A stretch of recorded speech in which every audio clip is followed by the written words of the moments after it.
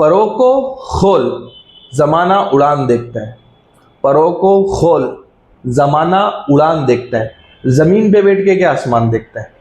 तो आज दोस्तों हम लोग थोड़ा मोटिवेशन के मूड में, तो आज हम बात करेंगे मेरी जर्नी के बारे में कि मैंने कहाँ से परफ्यूमरी स्टार्ट की और ये फ्यूजन की जर्नी कहाँ से शुरू हुई और मैंने फ्यूजन बनाना क्यों शुरू किया। तो हेलो दोस्तों, this is Rizwan and you are watching perfume talk. दोस्तों आज हम जो बात करेंगे थोड़ी टेक्निकल के बारे में बात करेंगे, परफ्यूम मेकिंग के बारे में बात करेंगे और मेरी थोड़ी सी हिस्ट्री के बारे में बात करेंगे कि मैं कैसे परफ्यूम जर्नी में आया। कई लोगों की डिमांड थी कि मैं इसके बारे में बताऊं, तो बता रहा हूं, और जिसको नहीं सुनना है उसके लिए माफी मैं चाह रहा हूं। तो दोस्तों सबसे पहले परफ्यूम बिजनेस में आने के लिए आपको परफ्यूम का शौकीन होना सबसे जरूरी चीज है। क्वालिफिकेशन ये आपको चाहिए ही चाहिए कि आप परफ्यूम के शौकीन हो, उसके बाद ही आप आ सकते हो परफ्यूम बिजनेस के अंदर। तो सबसे पहले तो मुझे शौक था, प्रचंड शौक था। इतने परफ्यूम, इंटरनेशनल परफ्यूम लगा लगा के हम हो चुके थे बर्बाद।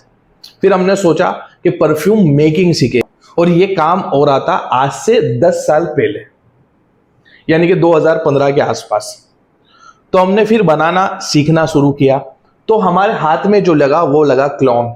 हमने क्लोन को समझा, क्योंकि मेरा बैकग्राउंड केमिकल इंजीनियर है तो मैं केमिकल्स को ज्यादा आसानी से समझता हूं, इसलिए फिर मैंने एरोमा केमिकल्स के बारे में समझा, एरोमा केमिकल्स के लिए सीखा, उसको एज अ आर्ट कंज्यूम किया, फिर उसके बारे में स्टडी भी प्रॉपर तरीके से की, और फिर मैंने अपना मतलब खुद के लिए बनाना शुरू कर दिया। पहले तो क्लोन से ही मैक्सिमम काम चला, फिर मेरे को कीड़ा काटा कि मैं स्क्रैच से कुछ बनाऊं, तो कुछ थोड़ा बहुत स्क्रैच से बनाना शुरू कर दिया। फिर मेरी बिजनेस की जर्नी स्टार्ट हुई आज से 8 साल पहले। हेवन परफ्यूम, बियॉन्ड परफ्यूम, सारा, प्लासारा, ऐसी कई ब्रांड मैंने बनाई, और उससे पहले कई ब्रांड्स के अंदर मैंने काम किया, जिसके अंदर मोस्टली हम लोग क्लोन बनाते थे। अब क्लोन एक अलग चीज है, ओरिजिनल एक अलग चीज है। अब जब ओरिजिनल परफ्यूम बिकते थे तो आज से 8-10 साल पहले भी ऐसा होता था कि उसके डुप्लीकेट मिलते थे। तो अब डुप्लीकेट और ओरिजिनल परफ्यूम और डुप्लीकेट और क्लोन परफ्यूम के बीच का डिफरेंस पहले तो आपको मैं समझा दूं कि होता क्या है। अब बॉटल्स और पैकेजिंग इजीली बन जाता था और मिल जाती थी, चाइना से बॉटलें आती थी और उसका पैकेजिंग इंडिया में ही बन जाता था। तो ओरिजिनल जैसे पाको रबाने 1 मिलियन, तो उसको लेके इथेनॉल में डाइल्यूट कर दिया जाता था और एक परफ्यूम की बोतल से 4 से 5 परफ्यूम बना लिए करते थे, डाइल्यूटेड वर्जन। तो ये होता था डुप्लीकेट परफ्यूम। अब क्लोन परफ्यूम जो होता है वो बनता है फ्रेग्रेंस ऑयल के, वो बनता है फ्रेग्रेंस ऑयल से, यानी कि जो भी परफ्यूम होता है उसका एग्जैक्ट फ्रेग्रेंस ऑयल हमको मार्केट में मिल जाता है।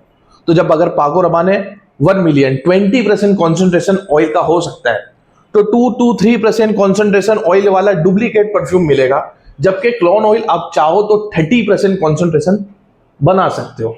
तो ये डिफरेंस है डुप्लीकेट परफ्यूम और क्लोन। तो क्लोन का जो भी काम है वो जेन्युइन काम है, डुप्लीकेट का जो काम है वो सब 2 नंबर का काम है। तो क्लोन का काम जेन्युइन काम है। अब क्लोन वर्सेस ओरिजिनल, ये दोनों की बात करें तो ओरिजिनल होता है, क्लोन होता है। ओरिजिनल बनाया कैसे जाता है? अगर डॉल्चे एंड गबाना, एलवी, पाको रबाने, क्रीड, ये सब बड़ी बड़ी जो इंटरनेशनल डिजाइनर कंपनी है, वो लोग करती क्या है, वो लोग परफ्यूमर को हायर करती है। अब परफ्यूमर का काम ऐसा नहीं है कि वो आपको एक लिफाफे में लिख के दे देगा ये फॉर्मूला, आप जाओ बनाओ, बल्क प्रोडक्शन करो, वो ऐसा काम नहीं होता है। उसमें कैसा होता है कि उसको हायर करा परफ्यूमर को। अब परफ्यूमर आर्ट में जाएगा, अगर डिमांड, जैसे अगर क्रीड एवेंटस बनाया गया होगा तो एक आर्ट उसको दिया होगा, एक आर्ट माइंड में लेके चला होगा कि उसको एक फ्रेश परफ्यूम बनाना है, एक बार्बर शॉप टाइप परफ्यूम बनाना है। तो वो चीज, वो वे में वो निकल गया होगा और उसने फाइनली क्रीड बना के दिया होगा। देन वो क्रीड का लिक्विड और इंग्रेडिएंट लिख के दिए होंगे कौन सी किधर की बेस से लिया होगा। अब दोस्तों क्लोन बनाना इतना आसान नहीं है कि आप देख रहे हो मार्केट में कुछ भी सूंघ ले रहे, और पाइनएप्पल सूंघ ले रहे, ये सूंघ ले रहे और उसका बना दे रहे, स्ट्रॉबेरी निचोड़ के उसका परफ्यूम बना दे रहे। तो वो इतना आसान नहीं है कि आप, अभी हाल में इंडिया में इतने कोई बड़े परफ्यूमर है नहीं कि जो ऐसे सूंघ के बना दे। तो वो होता क्या है, वही जो फ्रेग्रेंस आर्टिस्ट ने इजाद करके दी उसका टेक्निकल काम होता है GCMS रिपोर्ट।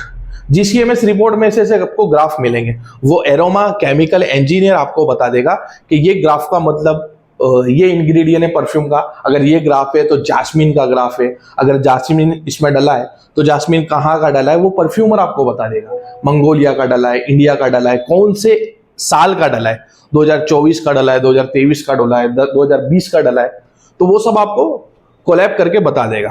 हाँ, अब जो महंगी महंगी डिजाइनर ब्रांड जो इतने महंगे परफ्यूमर को हायर करती है, तो सबसे बेवकूफी वाली चीज मार्केट में बोली जाती है कि वो अपनी ब्रांडिंग का पैसा लेते हैं, वो सस्ता ही बना लेते हैं बट वो अपनी ब्रांडिंग का पैसा लेते हैं। ये सबसे घटिया झूठ है परफ्यूम इंडस्ट्री के अंदर। वो लोग अच्छी क्वालिटी की चीज का इस्तेमाल करते, अगर क्रीड की बात करें तो वो अपने इंग्रेडिएंट को ग्रो करते और बनाते। फॉर एग्जाम्पल, अगर किसी चीज के अंदर कस्टोरियम डलाओ, किसी चीज के अंदर एम्बरग्रीस डलाओ, ये करोड़ों रुपए केजी मिलता है। ये डिजाइनर ब्रांड, ये नीश ब्रांड, ये जो इंटरनेशनल ब्रांड है, वो अपने परफ्यूम में ये सब इंग्रेडिएंट डालती है, नेचुरल इंग्रेडिएंट का इस्तेमाल करती है और वो एक हाई लेवल क्वालिटी, एक अच्छे परफ्यूम को डेवलप करती है। हो सकता है तुम क्लोन बना लो तो एग्जैक्ट स्मेल करेगा बट उसका इफेक्ट एक अलग ही होता है।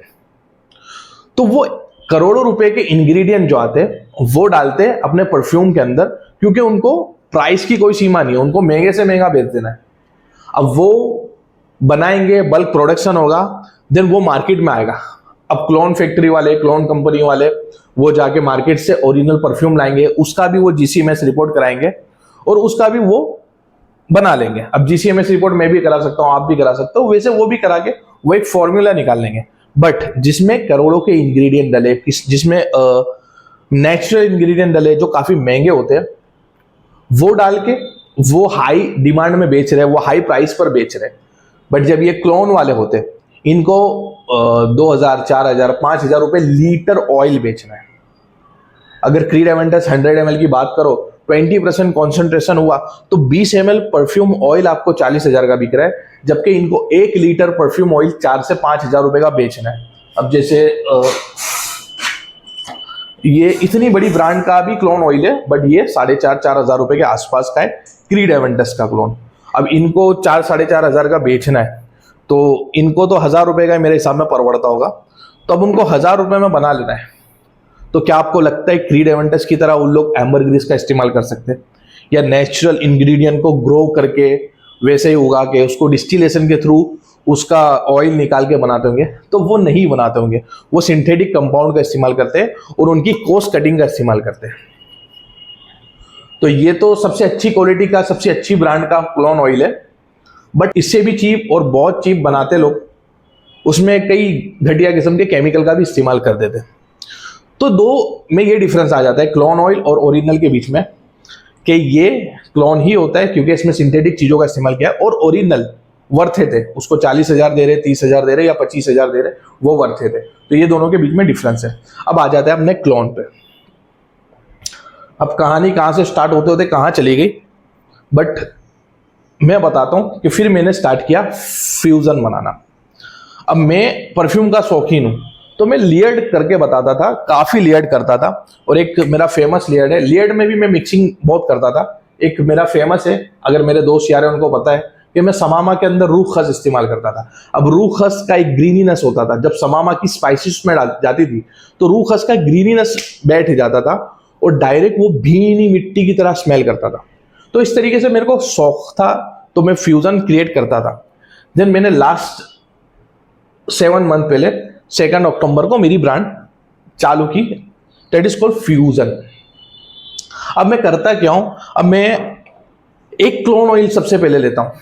अगर क्रीड लिया तो मैंने क्रीड का क्लोन ऑयल लिया, अब उसके इर्द गिर्द उसका डीएनए चेंज करने की कोशिश करता हूं। तो आज मैं आपको 4 परफ्यूम के बारे में बताऊंगा। धीरे धीरे हम लोग सीरीज लेके आएंगे और हमारे परफ्यूम के बारे में आपको बताते रहेंगे कि हम क्या सोच के इसको क्रिएट कर रहे थे या क्या सोच के मैंने इसको बनाया है। अब सबसे पहले मैं आपको बात करता हूं, जो सेन सागा वालों ने भी हमारे को बताया था, हमारे परफ्यूम के बारे में बात की थी 4 परफ्यूम के बारे में, तो वही 4 परफ्यूम लेके हम शुरू करते। तो ब्लू की बात करते। अब ब्लू मैंने बनाया रसासी हवस को लेके, रसासी हवस का क्लोन ऑयल मेरे को भी मिल गया, ले लिया। अब रसासी हवस जब भी मैं लगाता हूँ, मैं पर्सनली काफ़ी लगाता हूँ रसासी हवस, तो उसके अंदर एक ग्रीन एप्पल का स्वीटनेस होता है जो वो कभी कभार इरिटेट कर जाता है, कभी कभार पसंद नहीं आता है। वो एक्वाटिक होने के साथ साथ उसके अंदर एक ग्रीन इफेक्ट ज़्यादा है, वो एप्पल वाली फीलिंग ज़्यादा है जो उसको एक मिडल ईस्टर्न परफ्यूम बनाता है। और फ्रेंकली कहूँ कि मिडल ईस्टर्न परफ्यूम सर चढ़ा देते।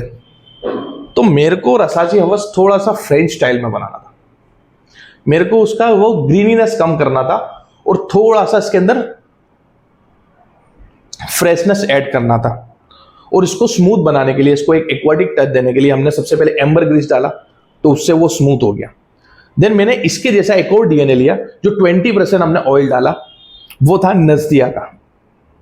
तो नजदिया 20%, 80% रसासी हवस को हमने डाला, जिससे हुआ ये कि इसका एक स्वीटनेस कम हो गया। अब इसको मोर फ्रेश बनाने के लिए हमने सिट्रोनेल को, ये मेरे से प्रोनाउंसिएशन नहीं होता है, सिट्रोनेनोल को डाला, जिससे सिट्रस पनास के अंदर ज्यादा बढ़ गया और एक फ्रेशनेस ज्यादा बढ़ गई। अब ये जो सिट्रोनेलोल जो है, ये प्रोनाउंसिएशन नहीं होता, मैं यहां पे लिख दूंगा। ये एक सिंगल नोट पे काम करता है। अगर आपको सिट्रस नोट बढ़ाना है, सिट्रसी पना बढ़ाना है, आप लाइम या बर्गामोट के ऑयल को डाल दोगे, तो लाइम और बर्गामोट के ऑयल के अंदर उसका भी एक टॉप, मिड और बेस नोट होता है। जब बर्गामोट का ऑयल डालोगे तो उसके अंदर एक ग्रीनीनेस होगी, देन वो ड्राई डाउन के अंदर एक अपना अलग वुडी पना हल्का सा ले लेता है, तो वो अलग इफेक्ट करता है। बट ये जो सिंगल नोट्स के एरोमा केमिकल्स होते हैं, वो एक ही नोट्स पर बरकरार रहते हैं, तो मैंने उसको इस्तेमाल किया है। देन जियोडान का एक इंग्रेडिएंट आता है, काफी कम मात्रा में उसको इस्तेमाल किया मैंने, उसका नाम है अल्ट्राजोर। तो मैंने अल्ट्राजोर का भी इस्तेमाल किया है, तो एक फ्रेश फ्रेग्रेंस बन गया। और अभी हाल में ये सबसे लाइकेबल फ्रेग्रेंस है हमारा। अब दूसरे परफ्यूम की बात करते हैं, इग्नाइट। अब वो इतना फेमस परफ्यूम डियोर स्वाच गांव बनाता है, जो भी ब्रांड देखो डियोर स्वाच, डियोर स्वाच, डियोर स्वाच। अब डियोर स्वाच एक बार्बर शॉप परफ्यूम है। सबसे पहले बार्बर शॉप का मतलब स्पाइसीनेस से स्टार्ट होता है, फ्रेश होने के बावजूद भी वो स्पाइसीनेस से स्टार्ट होता है। तो ये एक बार्बर शॉप परफ्यूम है जिसके अंदर स्पाइसी पना थोड़ा ज्यादा ही था, तो मैंने डियोर स्वाच का फ्रेग्रेंस ऑयल लिया, वही जियोडान का फ्रेग्रेंस ऑयल लिया, और उसके अंदर स्पाइसीनेस थोड़ा कम करा, और वही इसको स्मूथनेस बढ़ाने के लिए एम्ब्रोक्सोन का इस्तेमाल किया। स्पाइसीनेस कम करने के लिए हमने केलोन का इस्तेमाल किया, केलोन जिसको हम कह सकते हैं वाटरमेलन केटोन, उसका मैंने इस्तेमाल किया, तो जिसकी वजह से ये स्पाइसीनेस बढ़ गया और थोड़ा सा ये एक्वाटिक साइड चला गया। देन अगेन मैंने इसके अंदर थोड़ा सा फ्रेशनेस बढ़ा दिया, जिसके वजह से ये मोर फ्रेश, लेस स्पाइसी हो गया। अब ये बार्बर शॉप से थोड़ा सा हटके प्योर फ्रेशनेस की ओर चला गया, तो हमारा डियोर स्वाच से थोड़ा सा हटके, और ये बहुत पसंद आता है। अगर जो भी लगाता है, इसका फर्स्ट इंप्रेशन ही लोगों को काफी पसंद आ जाता है।